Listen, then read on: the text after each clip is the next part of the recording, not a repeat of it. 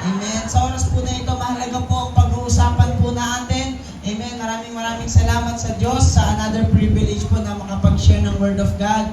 Amen. Salamat sa buhay ng ating mami at daddy na nag-a-assign sa atin, nagbibigay sa atin ng pagkakataon upang mangaral at magdala ng salita ng ating Diyos. Ang ating verses po ay magmumula sa Luke chapter 14, verse 25 to 35. Yan po ang ating scriptural foundation o pagbabasihan. Amen. Sa oras po na ito, sabi mo sa katabi mo, handa ka na bang makinig? Amen. Pati yung mga workers dyan sa labas, sabi mo sa katabi mo, handa ka na bang makinig? Amen. Sa oras po na ito, ang ating pag-aaralan ay papamagatan po natin, I am fully committed disciple of Jesus Christ. Amen. Ang haba, di ba? Siguradong matatandaan natin to. Hindi natin makakalimutan. Madali lang kabisaduhin. Sabihin natin, I am fully committed disciple of Jesus Christ. Grabe, no? Again, sige nga po. Tayo naman. 1, 2, 3, go! I am fully committed disciple of Jesus Christ. Ayan. Palakpakan natin si Lord. Amen. Tapos na. Amen mo ba? Yun na yun. Amen. Sino dito nagsasabi na siya talaga ay nagpa siya ng sumunod kay Jesus? Sino dito nagsasabi nagsasabi na talagang ako ay mananampalataya ni Kristo? Hindi ako mananampalataya ng ibang Diyos. Hello? Kundi ni Jesus Christ. Andiyan po ba tayo? Ibinibigay ko na at ibibigay ko ang aking buhay kay Kristo. Hello? Amen po ba? We as a Christian, amen, we are Christ followers. Amen? Tayo ay follower ni Kristo. Hello? At alam natin, those who believe in Christ, their hope is not here on earth. Sa lahat ng naniniwala kay Kristo, ang pag-asa mo, ang buhay mo, ay hindi lang dito sa mundo. Kasi ibang Diyos yun. Pagka hindi ganun ang paniniwala natin, ibang Kristo yun. Hello?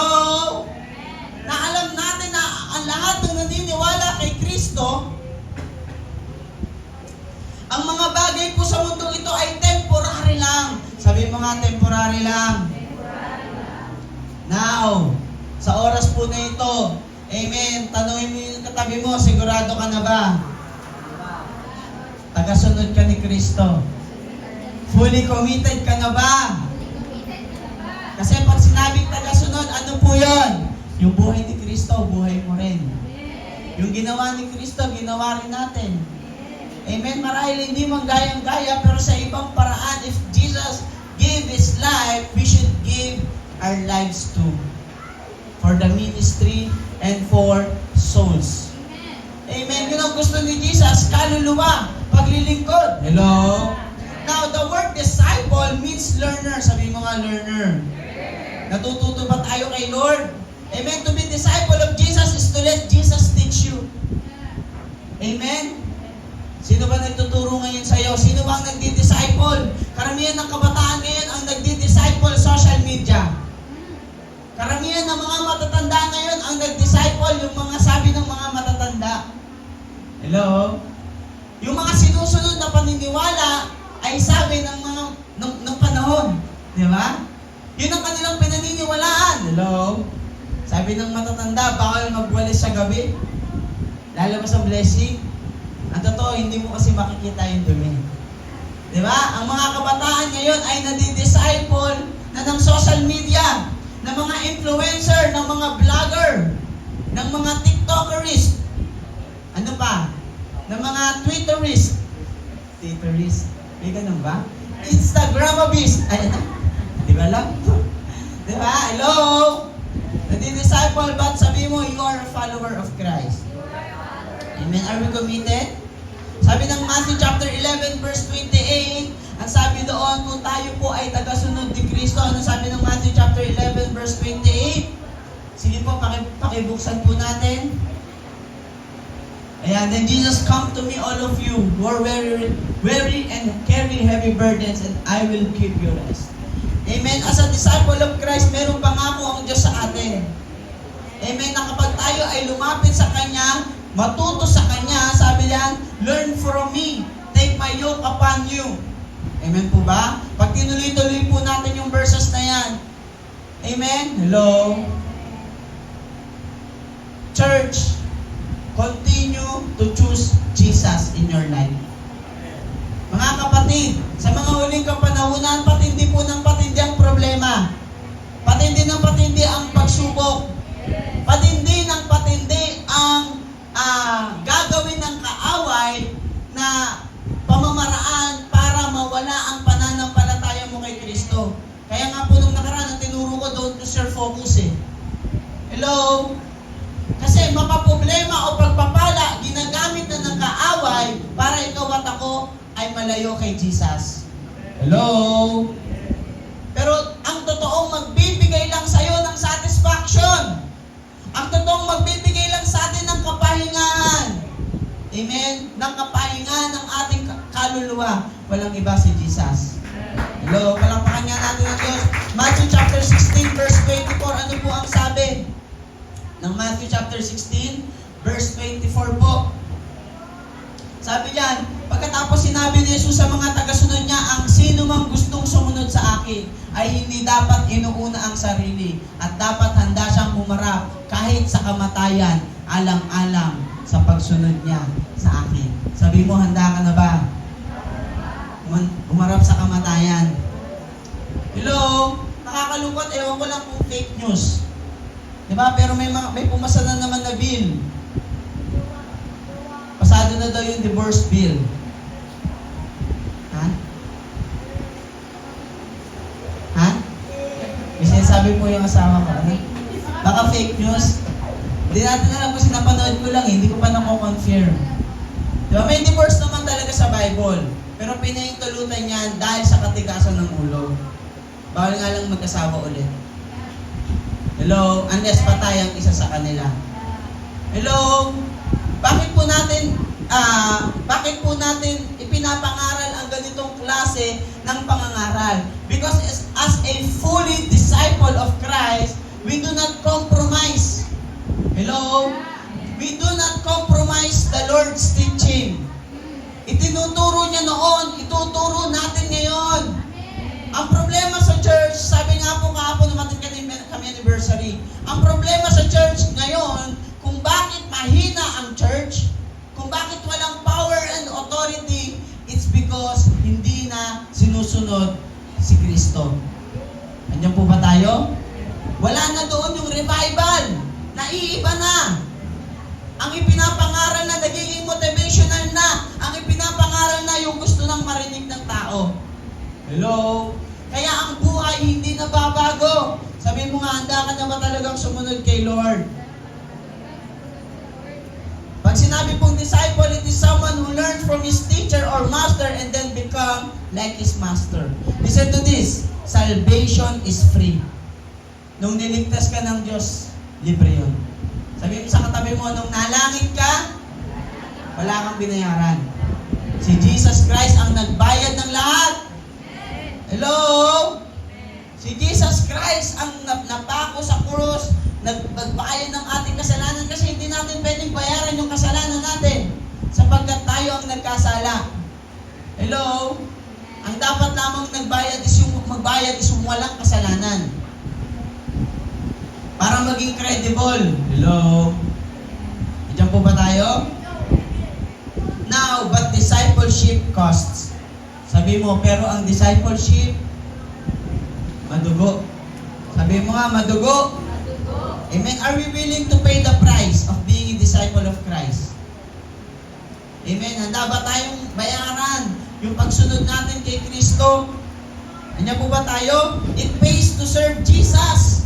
Ang paglilingkod sa Diyos, it will demand something from you. It will demand yung pagiging comfort mo. Hello? It also costs to serve God. Ito po yung sinasabi ng Luke chapter 14 verse 25 to 26. Iisa-isahin po yan natin mamaya. Mga kapatid, at this moment, the crowd, at sa verse po na ito, the crowds were following Jesus Christ. He was at the zenith of His ministry and popularity. Si Jesus Christ po, ito yung panahon na grabe, ang dami nang sumusunod sa Kanya. A large crowd was following Jesus. He turned around and said to them, ano pong sabi ni Jesus Christ? Sabi yan, ano po sabi ni Jesus Christ? If you want to be my disciple, you must hate everyone else. By comparison, grabe, no? Your father, your mother, wife and children, brothers and sisters, yes, even your own life. Otherwise, you cannot be my disciple. Away-away pala itong tinuturo ni Jesus. Hindi, mamaya po, maliliwanag kaya. Yung hate po na yan ay hindi po na magalit. Yung hate po na yan is priority. Andiyan po ba tayo? Just to compare. Hello? Mamaya po, papaliwanag natin na mas malalim yan. The thing is, He didn't do a miracle to get more followers. Si Jesus Christ po, nung naglingkod siya sa Panginoon, ang dami nang sumusunod sa Kanya, hindi lang siya gumawa ng himala para marami pa lalong sumunod sa Kanya. Hello? Hindi lang siya nagpaparami ng membro. Hello? Andiyan po ba tayo? He didn't water down His teaching with user-friendly evangelism. Hello? Hindi po plastic si Jesus. Hindi niya pinapaganda lang yung preaching niya, yung gusto lang marinig ng tao para makapag-akay pa ng maraming kaluluwa. Tingnan po natin kung saan tayo pupunta rito, ha? Sabi dito, instead, He talked to them about something that seems almost shocking. Ito na nga yun, yung verse, Luke 14, verse 26. Nung nakita ni Jesus Christ, uy, sikat na ako. Uy, marami nang sumusunod sa akin. Ano po yun? Nagturo siya na nakakasyak na bagay. Ang sabi ni Jesus Christ, ang sino mang nais sumunod sa akin. Pero mas mahalaga sa Kanya. The thing is, mas mahalaga. Amen? Mas mahalaga sa Kanya ang Kanyang ama at ina, asawa at mga anak, mga kapatid at maging ang Kanyang sarili ay hindi maaaring maging tagasunod ko. Hello? Nandiyan po ba tayo? Hello? The Lord Jesus is not looking for easy followers. Hello? Amen? Hindi po natin pwede na bula-bulahin ng tao para lang sumunod kay Jesus. Walang totoong pagsunod doon. Sabi mo nga, hindi gusto ni Jesus Christ ng dami. Sabi mo sa katabi mo, hindi gusto ni Jesus Christ ng dami. Ang gusto ni Jesus Christ yung buhay mo. Ang gusto ni Jesus Christ yung quality, yung totoong lumalapit. Aanin natin yung 1,000 tao dito sa loob ng church. Kung paglabas naman, karnal din. Gumagawa ng kasalanan. Hello? Andiyan po ba tayo? Aanin natin yung 1,000 dito kung hindi naman alam yung pagkapako ni Kristo sa krus ng Kalbaryo. Hello? When we follow Jesus, He is not inviting us to share in His popularity, but in His unpopularity. Hello? Alam niyo po ang isang bagay na madaling makuha, madali rin bitawan. Nandiyan po ba tayo? Hello? At pag binitawan mo, isipin mo, hindi ko naman yun gusto. Mura lang kasi yun. Okay lang yun, mura lang yun. Nandiyan po ba tayo? But remember, if we work hard for something, we earn it. We pay a price for it, and it's something that we value and treasure, then we will soon forget the price because we believe it was worth it. Amen? Kapag pinaghirapan mo na yung isang bagay, amen, nagtrabaho ka, nakuha mo yung isang bagay, ang mahal-mahal niya, nabili mo na siya, makakalimutan mo na yung presyo niya kasi nasa puso't nasa isip natin, worth it siya. Diyan po ba tayo? Hello, palakpakan natin ang Panginoon. Again, there is no cheap discipleship. It costs us to serve Jesus, but it's worth it. Amen. Sino dito nakakaalam bakit siya lumalapit kay Lord? Meron tayong tatanggapin kay Lord. Ano po yon? Ano po? Wala po nakakaalam. Ulit? Ano yung tatanggapin natin mula kay Kristo? Sige po, sagot po tayo. Walang sasagot talaga. Ano po? Ano po? Ano po? Buhay na walang hanggan, palakpakan natin ng Panginoon. Tama. More than anything else. Amen. We want eternal life in heaven. And actually, it's not the eternal life in heaven. It's being with the Lord. Amen. Yun na yung makasama natin ang Diyos habang buhay. Wala nang haanapin pa, wala nang masigit pa na makasama natin ang Panginoon. Kung iisipin natin yung mga problema, pagsubok, amen, yung mga bagay na nandito sa mundo, worth it ba yan? Amen, no. Amen? Hello? Amen, hindi naman worth it kung doon lang tayo magpapagal sa mga bagay sa mundo ito. Ang isipin natin, ang priority natin, ang impok natin, ang ipunin natin, is yung mapabilang tayo sa kaharian ng Diyos. Palakpakan natin ang Panginoon. Listen to this. There are some who aren't willing to pay the price. Ang katotohanan, may mga Kristiyanong hindi siya handang magbayad. Hello? Ng halaga para maging tagasunod ni Kristo. May mga workers na dati they are active, pero kapag kina-counsel mo na pagdating sa kanilang relasyon, ayaw nang maglingkod. Hello? May mga elders, may mga nanay, tatay, in the church, na kapag ka kinokorek mo na, aalis na ng church. Hello? May mga member na kapag bigaya na, kapag commitment na pinag-uusapan, hindi na umaattend ng Sunday service. Hello? Andiyan po ba tayo? There are some who aren't willing to pay the price of being a follower of Christ. Hello? Ngayong araw po na ito, pag-uusapan natin, 4 lamang po ito. 4 lamang. Amen? 4 lamang, we share 4 things about true discipleship. 4 na bagay na magpapatunay na ikaw at ako ay disipulo ni Jesus Christ. Amen? Handa ka na ba? Palakpakan natin ang Panginoon. Amen? Okay, sabi mo sa katabi mo, magkakaalaman na. Amen? Ngayon, hindi naman sinasabing pag wala ka ng isa, hindi ka na. Kaya pinapaalam to ni Lord sa atin para magkaroon tayo. Because we decided to follow Christ. Amen po ba? Number 1, disciple must worship at any cost. Sabi mo nga, disciples must worship at any cost. Dugtungan natin yung verse 27. Ano sabi nito? Nabasa na natin yung verse 25, 26, verse 27. And if you do not carry your own cross and follow me, you cannot be my disciple. Hello? Ano ibig sabihin nito? Jesus must come before personal relationship. Andiyan po ba tayo? Ang pagsamba sa Panginoon, it is a relationship. Sabi mo nga, relasyon yan.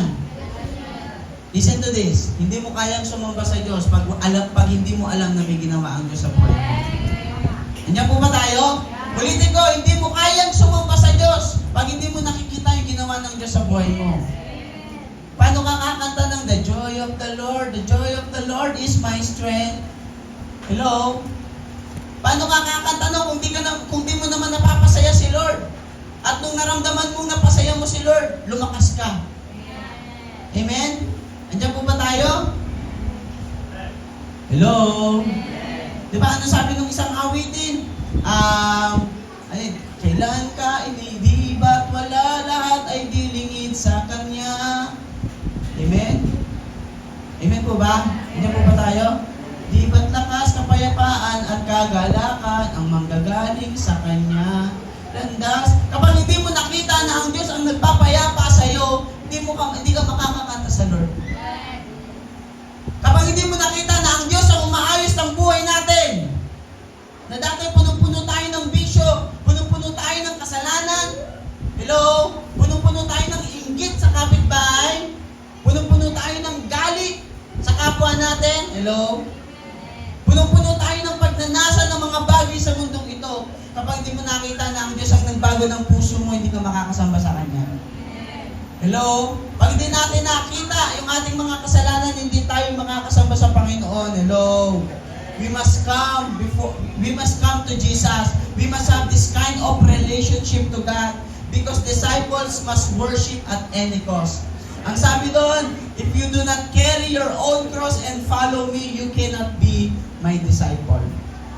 The word follow me, yung pagsunod kay Kristo, it stands. Ito po ay sumisimbolo ng pagsamba. Hello?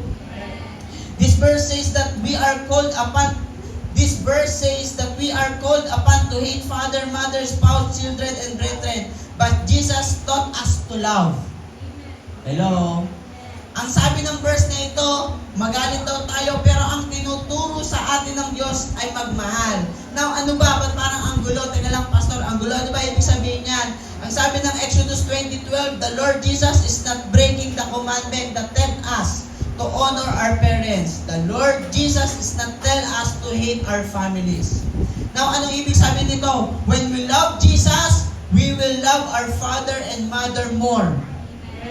We will love our family more. The word hate used in this verse is to use in comparison. In Matthew chapter 6 verse 24, the word used here to mean choice. Ano sabi ng Matthew 6:24? No man can serve two masters. Hello, andyan po ba tayo? Hindi pwedeng dalawa eh. Hindi pwedeng Diyos natin yung relationship natin. Tapos Diyos din natin ang Diyos. Hello? You need to choose God. Because when you choose God, sa totoo lang, mamahalin mo lalo. Hello? Pero kung minamahalan natin yung asawa natin, yung anak natin, yung kapatid natin, dahil mahal lang natin sila, aminin natin, mga nanay, mga asawa, mga anak, mga tatay, may mga araw na hindi sila kamahal-mahal. Tama, mali? May araw na yung anak natin nakakagigil. Ang sarap putusan. Amen? Pilyata ni Mami yun. Amen? Amen? May mga pagkakataon na yung mga asawa natin ang sarap sa pakin. Sarap kadyakan. Ganon, di ba? Nakakagigil. Malakas na amen ang asawa ko ah. Amen? Hello? May mga panahon na yung kapatid mo, di ba? Yung parang hindi mo na maintindihan, hindi sila kamahal-mahal. Hello? Kung yun lang ang ating iisipin, na dapat mahal natin sila. Pero kung ang titingnan natin ay ang pagmamahal ni Kristo, sa mga panahong hindi sila kamahal-mahal, kaya pa rin natin silang mahal. Kung paano sa panahon na ikaw at ako ay hindi kamahal-mahal, ay namatay si Kristo para sa iyo at para sa akin. Kaya nating magpatawad. Kaya nating magtiis. Kaya nating patuloy magmahal. Dahil kay Kristo. Amen po ba? Hello? Sabay pray, Lord, parusahan mo na lang. Amen po ba? Nakakainis na talaga, Lord. Amen. Hello? Sabay pray, no? Lord, mamahalin ko siya dahil sa'yo. Pero ikaw na bahala sa kanya, ha? Ganun, ano? Palampakan natin ang Panginoon. Diyan po ba tayo? The thing is, when you love God, amen, kahit dun sa mga panahon na hindi sila kamahal-mahal, kaya natin silang mahalin. Amen? Diba, mga workers? Asan na ba yung mga workers dyan? Yung mga Bible studying tanggi ng tanggi? Diba? Hindi ka pa rin magsasawang puntahan. Amen? Unless makita mo, ano na siya? Galit na siya sa Diyos. Amen? Hello? Amen po ba? Yung mga Bible study na ang hirap i-BS. Amen? Hello? Kung wala pang pinagdadaang problema, hindi mo mabibs. Ganyan po ba tayo, mga workers? Diba? Pero sige lang, para kay Lord. Amen? Palakpakan natin ang Panginoon. This passage is saying that Jesus Christ must come before any other personal relationship. Palakpakan natin si Lord again. Parang iba, hindi pumapalakpakan. Amen. So when Jesus number 1 in your life and others are second, then you can love others more than if they were number 1. Hello? Malinaw po ba yun? Letter C. Jesus must come before personal reputation. Sabi mo nga, Jesus come first before personal reputation. Minsan tayo mas iniingatan natin yung reputasyon natin. Hello? Professional ako, teacher ako, hindi ako iiyak sa church. Hello? Professional ako, meron akong natapos, o ganito ako, mayaman ako, pogi ako, matalino ako, cute ako. Diba? Bakit ako magpapainit? Magpa-Bible study? Bakit ako mag-share ng Word of God? Diba? Tapos kung tanggi-tanggihan lang nila ako, akala mo kung sino sila? Hello? Diyan po ba tayo? Pero dahil kay Kristo, diyan po ba tayo? Dahil kay Kristo, gagawin natin. Hello? Diyan po ba tayo? We are not to love ourselves more than we love the Lord. Sino dito mas mahal ang sarili niya kaysa kay Jesus? Tingnan mo ang katabi mo. Aminin. Sabi mo, aminin. Pagka meron ka ng discomfort, umatin ka pa rin ba? Hello? Pag may discomfort ka na, naatin ka pa rin ba? Ba yung iba, pagka medyo tinatamaan na ng preaching, napapagano na eh. Good. Right. Kaya nakahilag na, no? Hello? Pag di na gusto yung preaching, magsiselfon na. Pag di na gusto yung preaching, lalabas na, magsi-CR. O kaya lalabas na doon sa labas, bibili ng soft drinks. O kaya ng tinapay. Amen? Amen po ba? Hello? Pag inaantok-antok na, hindi na makikinig, makikipagkwentuhan na sa katabi. Amen po ba? Andiyan po ba mga workers natin? Parinig ako ng amen sa mga workers dyan. Amen. Hello, sabihin mo, unahin natin ng Diyos kaysa sa personal reputation natin, personal comfort natin. Listen, in many modern churches today, the theme is self-fulfillment and self-realization. Ang maraming tema sa churches ngayon po, alang nakakalungkot, ano po yun? Ang mga topic po ay about na lang sa kung paano magiging mabuti. Hello? Hello? Hello? Andiyan po ba tayo? Pero kailangan maibalik po yung church na itinatag ni Jesus Christ. Yung church na powerful. Yung tipong may pinag-pray kang may sakit, gagaling. Yun yung church na tinatag ni Jesus Christ. Hello? Hello? Pero yung iba sa atin, nakasampung inom na ng biogesic, hindi pa gumagaling. Walang power and authority. Hello? Diyan po ba tayo? Na tipong kahit anong invite mo sa kapitbahay, hindi mo ma-invite. Hello? Bakit? Kasi may reklamo pala sa'yo. Hello? Diyan ba tayo? Yung pala, yung basura mo, hindi mo winawalis, napupunta sa kanya, siya ang nagwawalis. Diyan ba tayo? Hindi tayo makapag-share. Why? Because wala na, nawawala na. Nagiging self-improvement na lang ang church. Sabi mo, hindi ganon. Ang simbahan ay patungkol sa kabanalan. Ang simbahan ay patungkol sa buhay na walang hanggan. Sa pagbabago ng buhay ng tao. Hindi lamang nila marinig yung comfort na kailangan nila, kundi marinig nila yung mga salitang makakapagpabago ng kanilang buhay. Hello? Maraming Kristiyano ngayon takot mangaral because of a social public opinion. Dahil sa public opinion, takot na silang magpahayag. Number ano na yon? Number 3 na to, halo-halo na to ha. Amen. Hello? Di ba? Diyan ba tayo? Ano sabi ng John chapter 10 verse 18?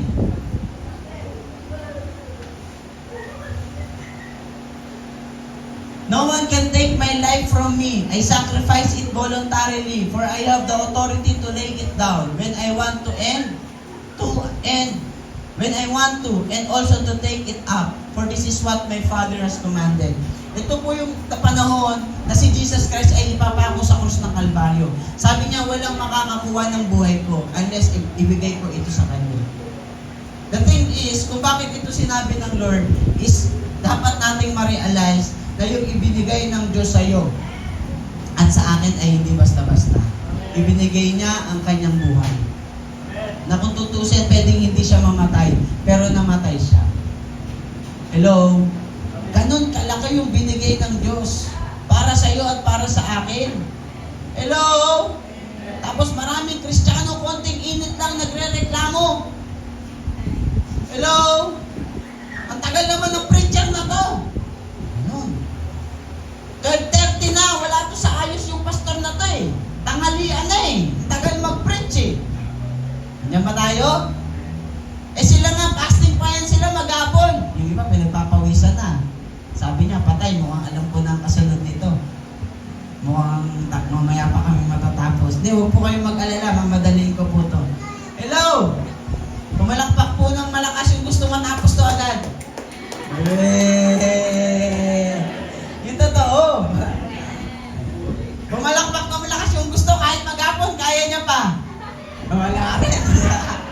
Ano tayo dito? Palakpakan natin na lang si Lord.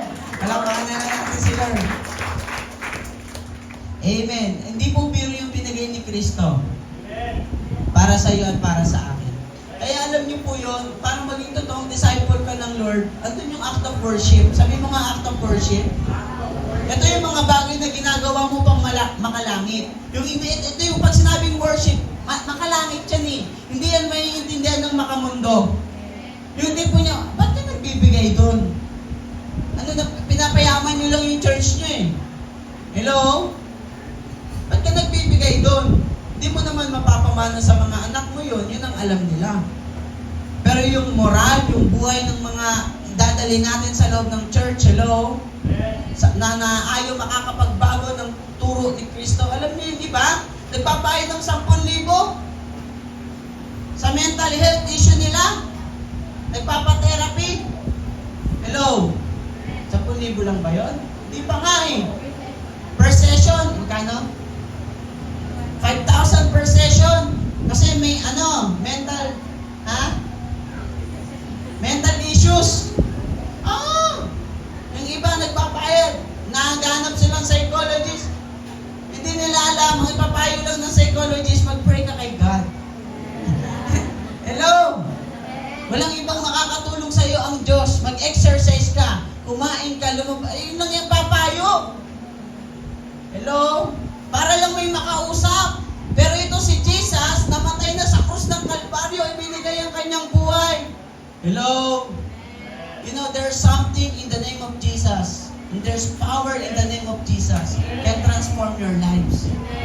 Makakapagbago ng buhay natin. You know what? Walang makakaalis ng guiltiness, ng shame sa puso mo, kundi ang Diyos lang. Diba? Yung kasalanan, pag alam mo nakagawa ka ng kasalanan, mananatili yan sa puso mo unless patawarin ka ng Diyos. Hello?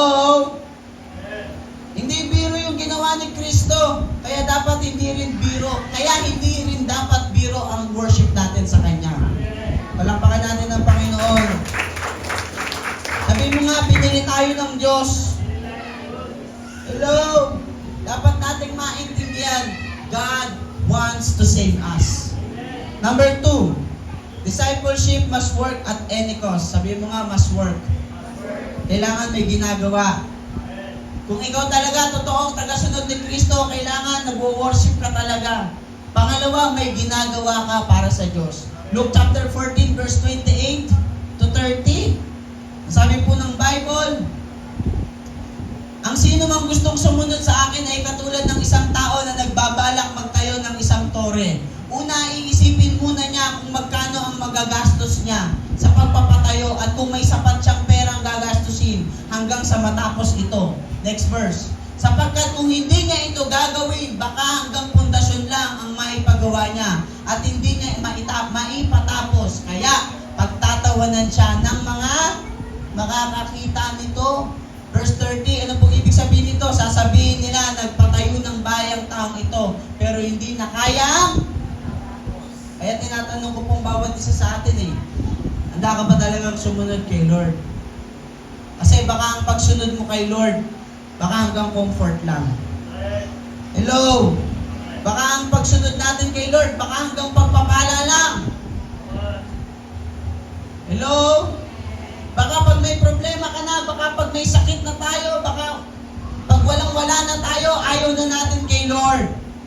Baka struggle is real na tayo. Hello? Andiyan po ba tayo? In the Bible, they would put a tower in the middle of a vineyard to protect the vineyard. Again, in the Bible, naglalagay daw po sila ng tower, amen, sa anihan, para daw protektahan ang buong anihan. The tower was there for fruitfulness. Hello? Our lives are to be like a tower. Amen? Kailangan nandun tayo, maging tower tayo. Amen? Para sa pagpapala. Sabi mo nga, para sa pagpapala. Jesus first speak of a crucifixion and now of construction. He has called us to build. He has a plan for our lives and our lives are to be constructed by His plan. Sabi mo nga, kailangan matapos ng Diyos yung plano niya sa buhay mo. Maraming Kristiyano pag nakakaranas ng pagsubok, problema, hindi niya na alam ang nangyayari. Lord, ayoko na. Ayoko na sa plano mo. Hello?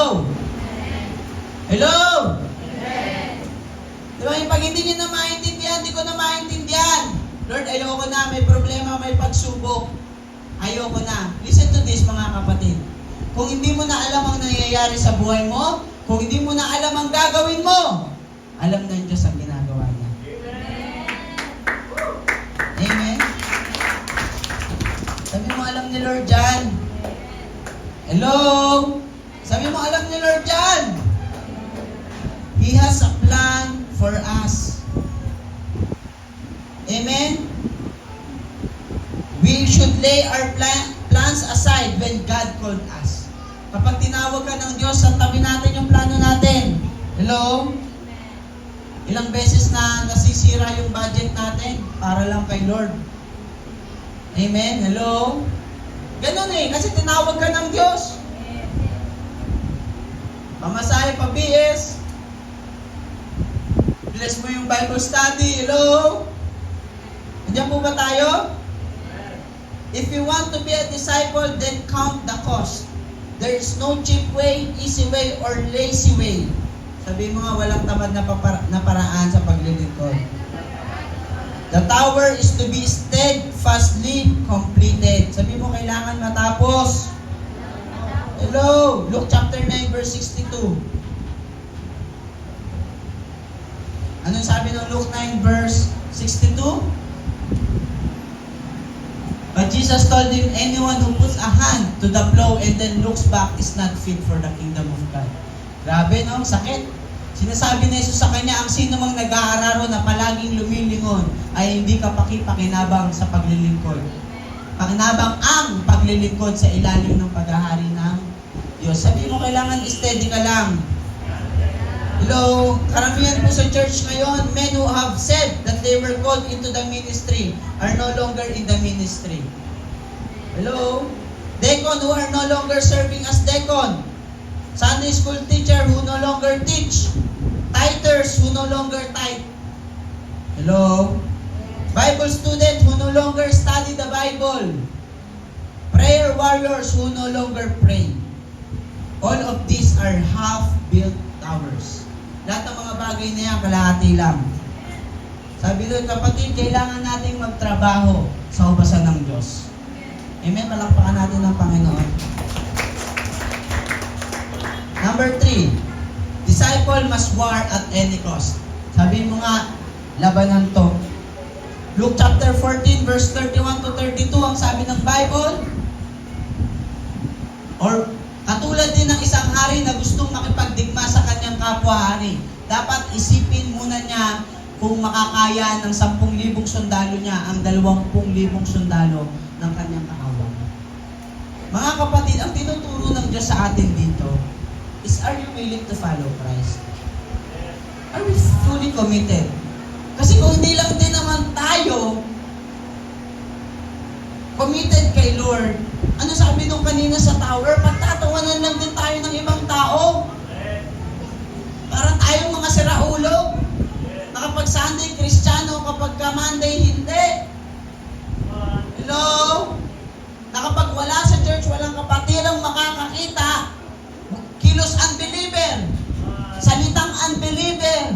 Isip unbeliever. Kaya nga anong sabi, isipin talaga natin. Kung kaya ba ng 10 sundalo natin yung 20,000 na sundalo. Hello? Nung tinawag tayo ng Diyos, tinawag niya tayo into battles. Kaya mo ba yung mga pagsubok? There is a war. Sabi mo, there is a war. We cannot be neutral. Sabi mo nga, we cannot be neutral.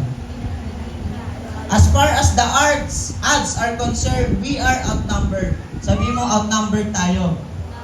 Kundi lang yung totoong Christian. Sa classroom nyo lang eh. Ilang kaya yung totoong Christian doon?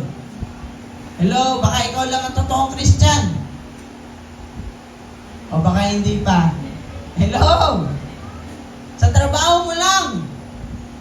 Hello? Ilang kaya ang Christian doon? Listen, we're the masters of minority. Wow, sabi mo nga, masters of minority tayo. Hello, talagang ano eh, patalo eh. Sa number? In these verses in Luke, the numbers are 2 to 1. But the favor is still on our side. Sabi mo nga, nasa iyo yung favor ng Diyos. Hello? Hello? Romans chapter 8 verse 31, nasa atin daw ang favor ni Lord. Hello? What shall we say about such wonderful things as this? If God is for us, who can ever be against us? Kung kasama mo ang Diyos, sinong laban sa'yo? Hello, we need warriors who are not cowards. Sabi mo, cowards ka ba? Kaya mo bang share ang boss mo ng Word of God?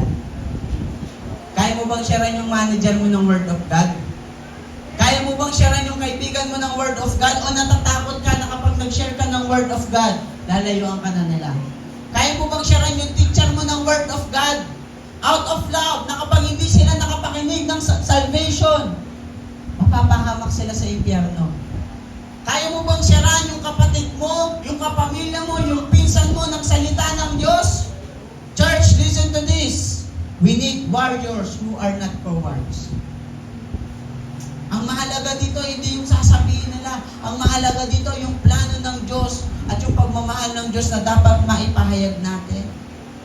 Hello? At sasabihin ng Bible sa atin, kasama natin ang Diyos. Handa ba tayong ipaglaban si Kristo sa buhay natin? Na kapag inalo ka, pre, tagaytay tayo, pre. Diba? Tagaytay tayo, pre, tagaytay. Sasabihin mo, hindi, Christian na ako. Hindi na ako nagtatagaytay. Hello? Nandiyan pa tayo? Hello, pre, pausok tayo, pre. Medyo iniika kasi ako eh. Pausok tayo, pre, pausok tayo. Diba? Sasabihin mo, hindi, pre. Ayoko ng usok. Hello? Nandiyan po ba tayo? Palakpakan niya natin ang Panginoon. Are we willing to go into the battle? Many of us want to get out unscarred and uncriticized. Marami sa atin, gusto niya yung pagiging Kristiyano niya, hindi siya masugatan, hindi siya makriticize. Pero hindi yan mangyayari, kapatid. Dahil Kristiyano ka, yung pananampalataya, yung salita ng Diyos na tinatayuan mo, tanggapin na natin. Hindi kagaya ng iba. Kung sa ibang tao, pwede ang same-sex, sa atin hindi. Hello? Hindi tayo nagdi-discriminate. Mahal na mahal natin sila. Ang kasalanan ng ayaw natin. Hello? Sa ibang tao, pwede ang same-sex marriage. Kung sa ibang tao, pwede ang, yung pagsasama ng hindi kasal, live-in. Sa Diyos, hindi pwede yan. Hello? Kung sa ibang tao, pwede yung premarital sex. Sa Diyos, hindi pwede yan. Hello? Andiyan po ba tayo? Kung sa ibang tao, pwede yung mga affair. Hello? Sa Diyos, hindi pwede yan. Andiyan po ba tayo, mga kapatid? We need warriors who are not cowards. Kailangan natin sabihin, ipaglaban ang katuruan ni Kristo. Hello? Hello? And listen to this. The enemy is the devil. Sabi mo nga, kaaway natin dito, demonyo. Hindi tayo pwedeng pumunta sa battlefield at makipag-negotiate sa devil. We cannot neutral. Hindi tayo pwedeng maging neutral. Hindi tayo pwedeng makipag-compromise. Hello? In life, there is no substitute for victory over the devil. There is no compromise with sin. We need warriors who are not cautious. Hello? When we go into the battle, we must go with all of our heart and soul. Luke 14, verse 33. Sabi mo, lahat talaga? Sabi mo nga sa katabi mo, lahat talaga. Luke 14, verse 33. Sabi dito, so you cannot become my disciple without giving up everything you own. Grabe natin. Kaya nga dapat isa sa puso mo. Ano sabi ng Bible? Love the Lord your God with all your heart, with all your mind, with all your soul, with all your spirit. Pwede bang sabihin natin ang title natin ng 3 ulit sa umagang ito habang hawak natin ang ating puso? Sabihin natin, I am fully committed disciple of Christ. 1, 2, 3, go. I am fully committed Disciple of Christ. I am fully committed disciple of Christ. I am fully committed disciple of Christ. Palakpakan natin ng Diyos. Mga kapatid, disciples must war at any cost. Pag-usapang kabanalan, makipag-away ka na. Amen? Pag-usapang standard ng Diyos, makipag-away ka na. Give everything. Hello? Alam niyo po, pag sinabing commitment, ibang klase ang commitment po. Hindi lang siya yung try ko, hindi ganon. Hindi lang siya yung, sige, bibigay ko yung best ko. Pwede mo sabihin, I'll try. Pwede mo sabihin, I will give my best. But the thing is, God wants your full commitment. Yung, Lord, I'll do it whatever it takes. Amen. Lord, gagawin ko yung kahit anong mangyari. Ganyan po ba tayo? Amen. We need to have a reckless, burning, blazing, emotional, passionate love for Jesus Christ. Hello? The Lord cannot use cowards, compromiser, or cautious people. Kailangan ng Diyos yung all out. Sabi mo sa katabi mo, all out ka na ba? All out ka lang. Sabi mo, all out ka lang. Para kay Lord. Diba? Kahit sa buong block nyo, ikaw lang nagsisimba doon. Tuloy lang. Yung di mo dadating ka ng block nyo, parang sila, ang saya-saya nila, nagpa-party. Hello? Pero ang totoo, ikaw ang mas mapalad. Kasi ang iyong reward ay nasa langit. Last po, number 4. Disciple, witness at any cost. Ito na. Sabi mo, disciple, witness at any cost. Luke chapter 14, verse 34 to 35, next verse. Salt is good for seasoning. But if it loses its flavor, how do you make it salty again? Sabi doon, mabuti ang asin. Pero kung mag-iba ang lasa, wala nang magagawa para maibalik ang lasa nito. Verse 35, wala na itong pakinabang kahit ihalo sa dumi para maging pataba sa lupa. Kaya itinatapon na lang ito ng mga tao. Kayong mga nakikinig, dapat nyo ito unawain.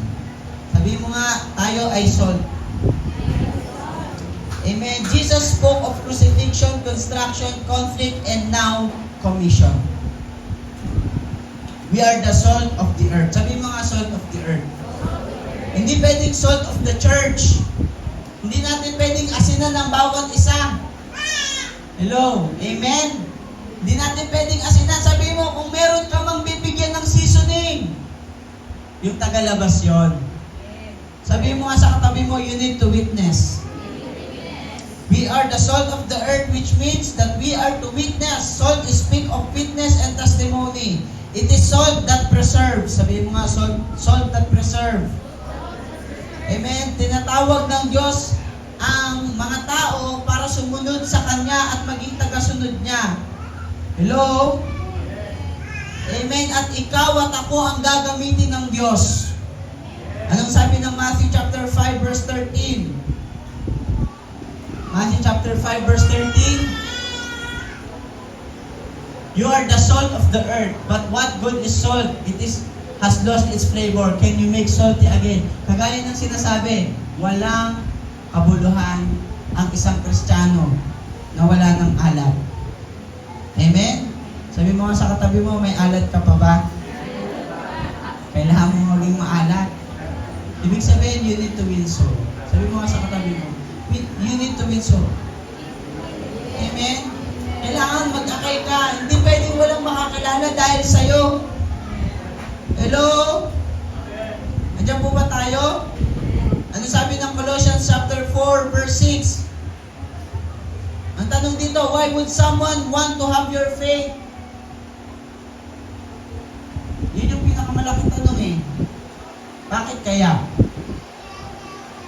Bakit kaya yung ibang tao ay gugustuhin magkaroon ng pananampalatayang meron ka? Anong meron tayo? Ulitin ko, hindi natin kaya, hindi tayo makakapag-share ng Word of God kung hindi mo nararanasan si Jesus sa buhay mo. Sabi ng Colossians 4 verse 6, let your conversation be gracious and attractive so that you will have the right response for everyone. Wow! Kung nakikipag-usap kayo sa kanila, gumamit kayo ng mga kawili-wiling salita para makinig sila sa inyo at dapat alam nyo kung paano sumagot sa tanong ng bawat isa. Win them. Hello! Amen po ba? Kailangan natin silang i-win. Andiyan po ba tayo? Matthew chapter 5 verse 13. Anong sabi ng Bible? Matthew 5 verse 13. You are the salt of the earth. Okay, next verse. You are the light of the world, like a city on a hilltop that cannot be hidden. Sabi mo nga, tayo po ay ilaw. Amen. Hindi na natin pwedeng maitatago yan. Bilang isang Kristiyano, kapag tinago tayo sa ilalim, hindi pwede. Kaya dapat ikaw at ako, sabi mo nga, maging proud Christian ka. Diba? Maging fully committed tayo. Huwag natin ikaya ang pagiging tagasunod ni Kristo.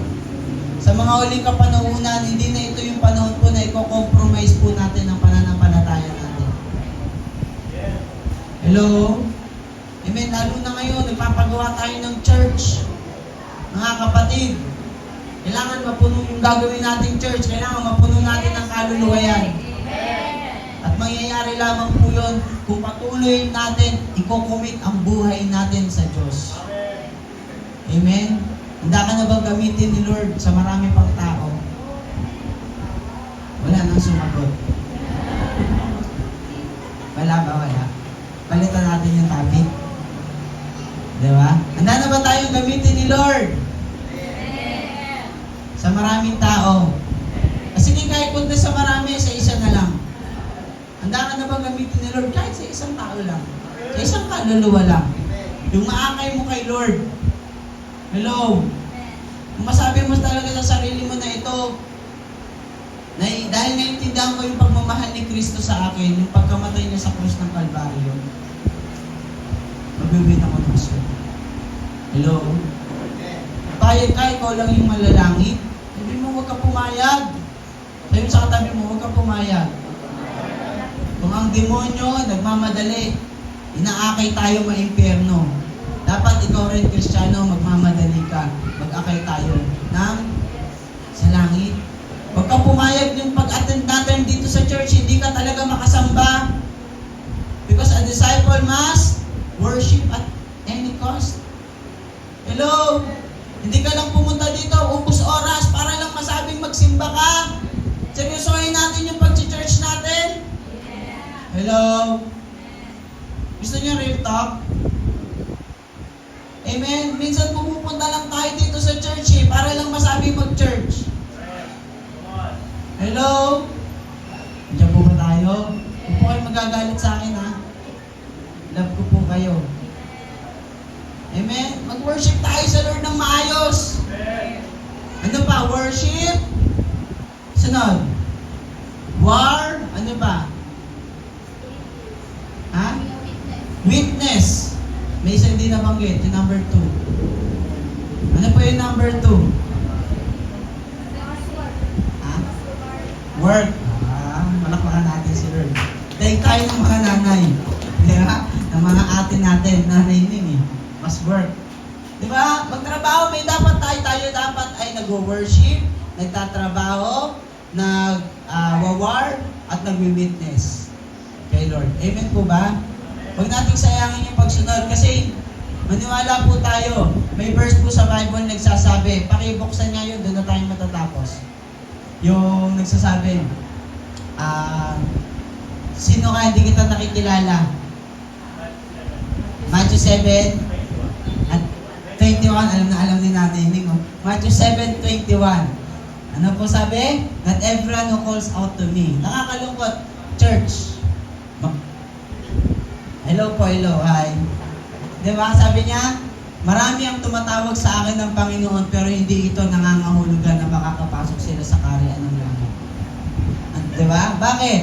Ang mga tao lang na sumusunod sa kalooban ng aking amang nasa langit ang mapapabilang sa kanyang kaharian. Di ba? Ano sabi nila dyan? Pwede ba buksan mo nga doon yung dahilan nila, kapatid? Sis. Yung sumunod po. Ha? Sis? Next. 20? Ayan. Sabi diyan, marami ang magsasabi sa akin sa araw ng paghukom, Panginoon, hindi ba't sa ngalan nyo nagpahayag kami ng inyong salita? Mga nagpipreach ng word of God. Nagpalayas ng masasamang espiritu. Grabe, nag-cash out. Diba? Ng masamang espiritu. Amen? Ano pa? At gumawa ng maraming himala. Wow! Ano kaya yan? Nagpaulan kaya yan ng yelo? Gumawa ng himala eh. Nagpagaling ng may sakit. Diba? Pero ano sabi ng Bible? Wala. Pero ang sabi ng Diyos, I never knew you. I never knew you. Get away from me. You who break God's law. Nakakalungkot. Amen? Nandiyan po ba tayo mga kapatid? Kaya patuloy po natin seryosohin mga kapatid. Amen? God did not expect us to be perfect. Hindi naman hinihiling ng Diyos na maging perfecto tayo. Ang hinihingi ng Diyos yung totoong paglapit sa Kanya. Yung totoong mabago yung buhay natin, yung totoong mabago yung puso natin. Yung i-commit natin yung sarili natin. Amen? That we should be a true disciple who worship at any cost, who works at any cost, who war at any cost. Nakikipag-away talaga sa kasalanan. Hindi nagko-compromise. And who witness at any cost. Tayo pong lahat ay tumayo.